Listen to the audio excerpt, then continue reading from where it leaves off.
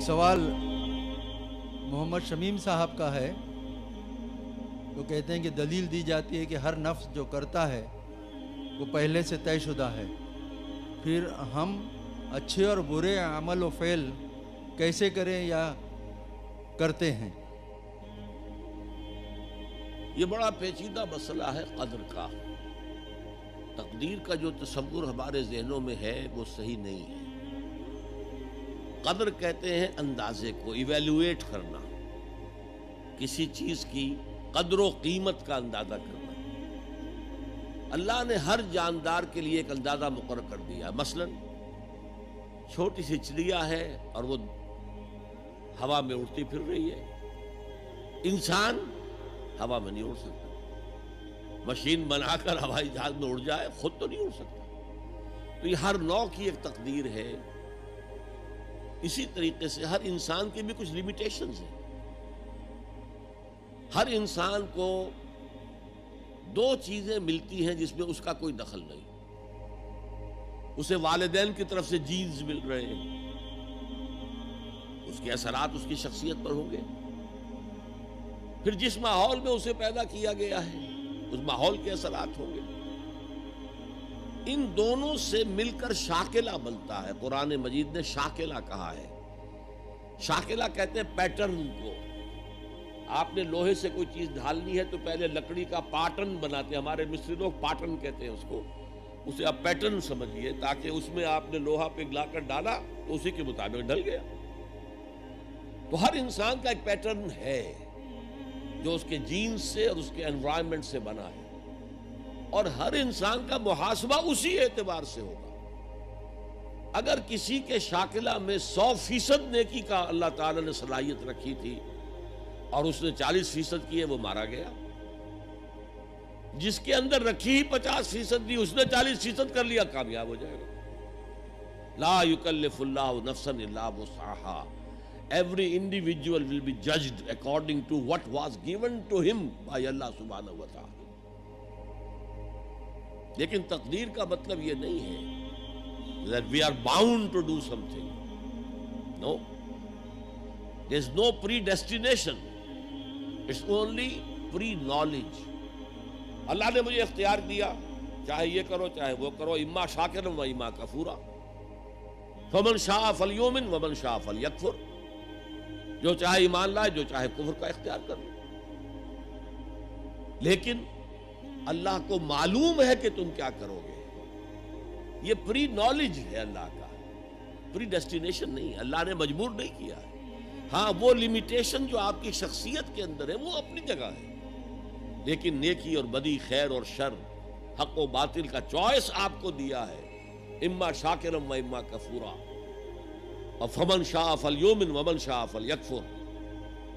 This free will is with you and you will be adjudged on the basis of this free will۔ البتہ کتنی نیکی تم کر سکتے تھے اتنی کر لی، کامیاب، چاہے وہ مقدار میں کم ہو۔ اب جب غزوہ تبوک کے موقع پر حضور نے مسلمانوں سے کہا یہ جیش العسرہ ہے، ساز و سامان چاہیے، اب لاؤ پیسے پیش کرو، حضرت ابوبکر نے اپنا سارا اثاثہ لا کر رکھ دیا۔ پوچھا اپنے بال بچوں کے لیے کچھ چھوڑ کر آئے ہو؟ کہ کچھ نہیں چھوڑا۔ صدیق کے لیے ہے خدا کا رسول، بس اللہ کا نام چھوڑ کر آیا۔ اب حضرت عثمان نے بہت دولت دی اس وقت۔ ایک غریب انصاری، اس نے ساری رات ایک یہودی کے باغ میں وہ کنویں سے پانی کھینچ کر باغ کو سیراب کیا۔ صبح کو اسے کچھ کھجوریں مل گئی اجرت کے طور پر۔ اس نے آدھی لا کر اپنے بال بچوں کو دے دی، گھر کا نفقہ، نان نفقہ شام تک کے لیے، آدھی حضور کے سامنے لا کر رکھ دی۔ جو منافقین موجود تھے انہوں نے تمسخر اڑایا، ہاں جی ہاں، بغیر ان کھجوروں کے تو یہ لشکر جا ہی نہیں سکتا، یہ تو بڑا، یہ تو بہت۔ حضور نے کیا کہا؟ ان کھجوروں کو اس پورے ڈھیر کے اوپر پھیلا دو، اللہ کی نگاہ میں یہ اس پورے ڈھیر سے زیادہ بھاری ہے۔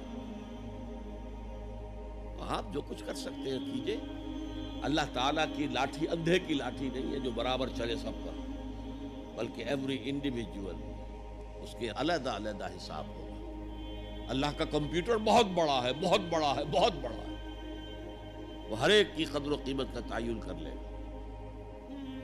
اگلا سوال، آپ نے کہا تھا جس نے قرآن کو جھٹلایا وہ عنقریب خسارے میں ہے، تو قرآن اور حدیث کی کتابیں ہونے کے باوجود بھی ہمارے علماء مسجدوں میں، گھروں میں اور درسوں میں قرآن کی باتیں چھوڑ کر بزرگوں اور اماموں کی کتابیں کثرت سے پڑھتے اور پڑھاتے ہیں۔ کیا ہمارے علماء یہ نہیں جانتے کہ قرآن ہی بخشش کا ذریعہ ہے اور قرآن میں ہی سب فضائل اور مسائل ہیں؟ پھر وہ ایسا کیوں کرتے ہیں؟ تسلی بخش جواب دیں۔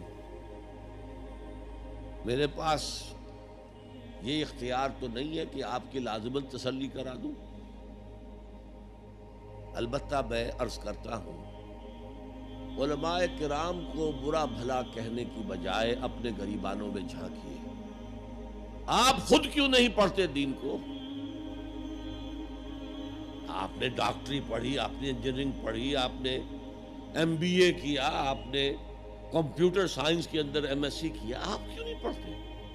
آپ نے یہ مولوی پروفیشن کریٹ کیوں کیا ہے؟ اسلام میں کوئی مولوی پروفیشن نہیں ہے۔